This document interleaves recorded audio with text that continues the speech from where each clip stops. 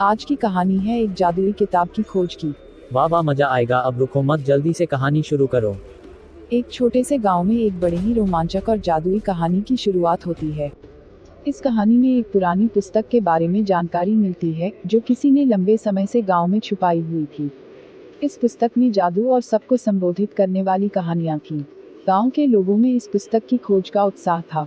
एक दिन छोटे से बच्चे ने एक पुराने मंदिर के खोज में निकला।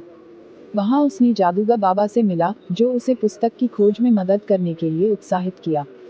बच्चे ने मंदिर के आसपास खोज की और अंत में उसे एक पुरानी बंद गुफा मिली।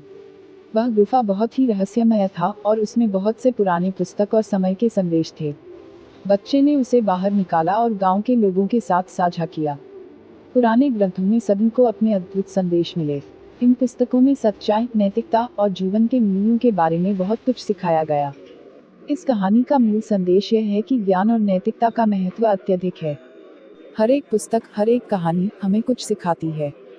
जीवन में सही और गलत के बीच अंतर को समझने के लिए यह ज्ञान अत्यंत महत्वपूर्ण है। समाज में नैतिकता और सच्चाई के प्रति आदर और समर्थन होना चाहिए। यह कहानी हमें यह सिखाती है कि हमें अपने जीवन में नैतिक मूल्यों को हमेशा महत्व देना चाहिए। इस जादुई कहानी में ज्ञान का महत्व और सही और गलत के बीच अंतर को समझने की महत्वपूर्णता को जोर दिया गया है। यह भी दिखाता है कि नैतिक मूल्यों को समझने और उनके अनुसार जीने में हमें सदैव सफलता मिलती है। इस कहानी के माध्यम से हमें यह भी याद दिलाया जाता है कि ज्ञान और नैतिकता को अपने जीवन का हिस्सा बनाना हमारी जिम्मेदारी है। यह हमें अपने आदर्शों और मूल्यों के प्रति सच्चाई के साथ चलने के लिए प्रेरित करता है। इस प्रकार यह जादुई कहानी हम